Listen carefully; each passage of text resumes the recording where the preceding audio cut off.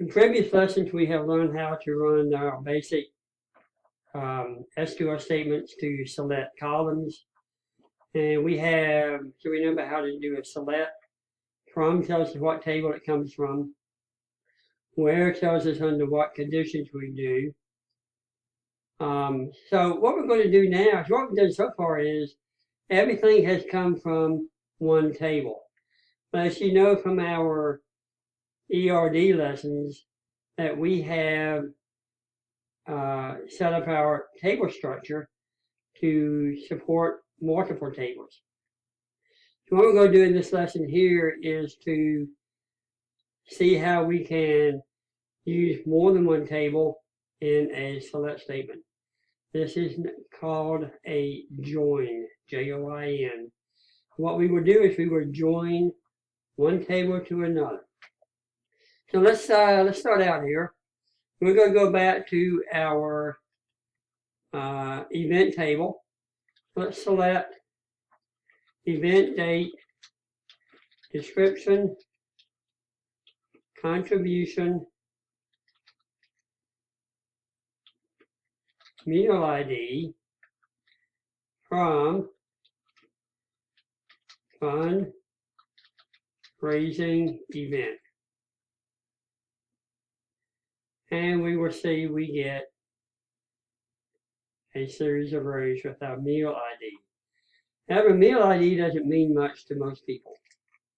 They don't think of meals as IDs, they think of them as names. So what we want to do is to join our fundraising event table to our meal table. Now, if you remember from our entity relationship diagram, there is a one-to-many relationship between event and meal. An event has one meal, and a meal can be in many events. One to many.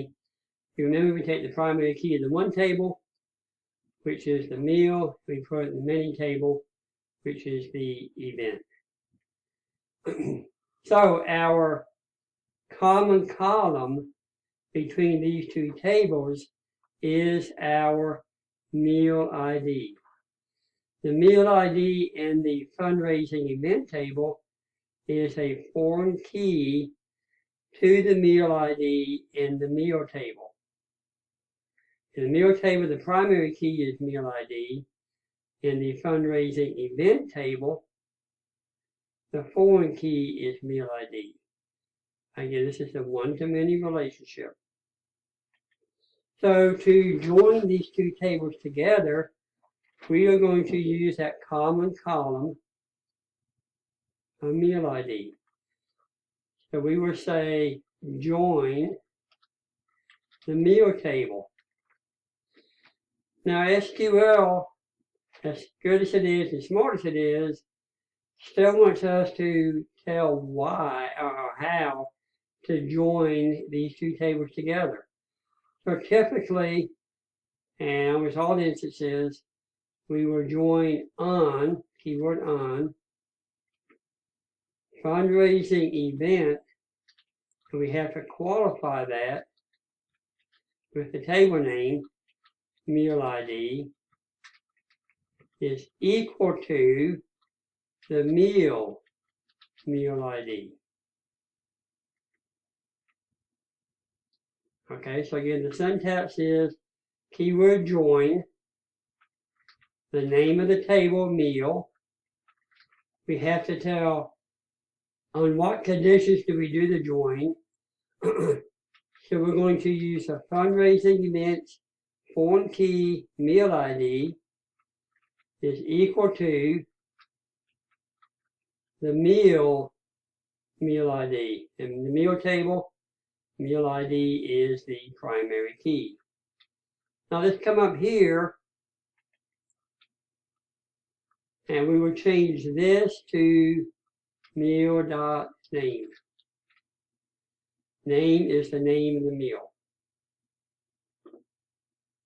Run the SQL, and we see now, instead of having the ID, which means nothing to anybody, we now have the name. Now, everything we learned in prior tutorials here taught us how to do selects and froms and wheres and group bys and counts and all that good stuff. That's the hard part. All we're doing now is we are expanding the number of tables that we can extract information from. So nothing has changed from before. That was the hard part. You have that behind us. And so we're going to take our selects, our froms, our wheres, our group bys, having, all that fun stuff we learned before. And all we're going to do is have that extraction come from more than one table. In this example, 2 tables. So this is a simple join between the fundraising event table and the meal table. Now you may notice that it gets kind of wordy here to type out meal raising, a fundraising event over and over.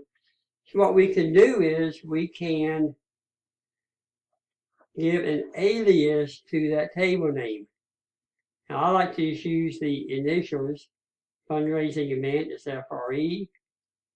All I'm saying is, instead of typing this over and over, let's use the abbreviation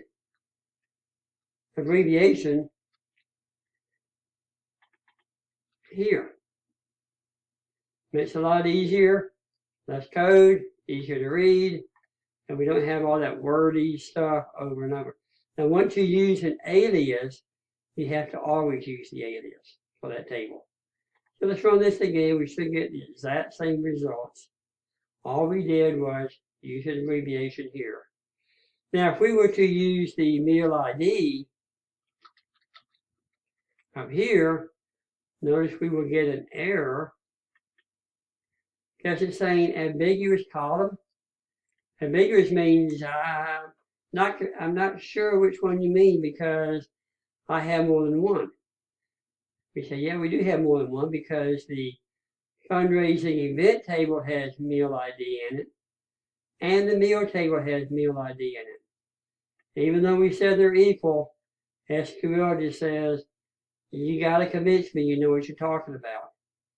So we qualify, anytime we have a duplicate column name, we have to qualify it with the name of the table.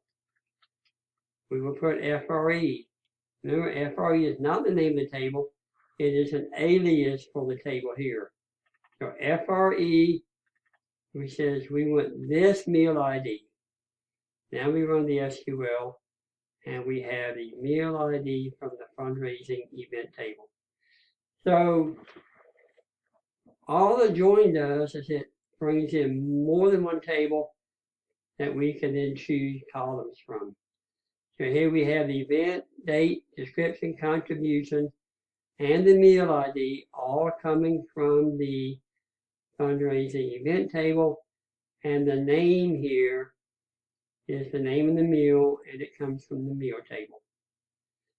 The way I look at it, Project 4B is not much harder. I think they may be easier than Project 4A because all we're doing now is try to figure out where this data is coming from, how it's related, foreign key to primary key.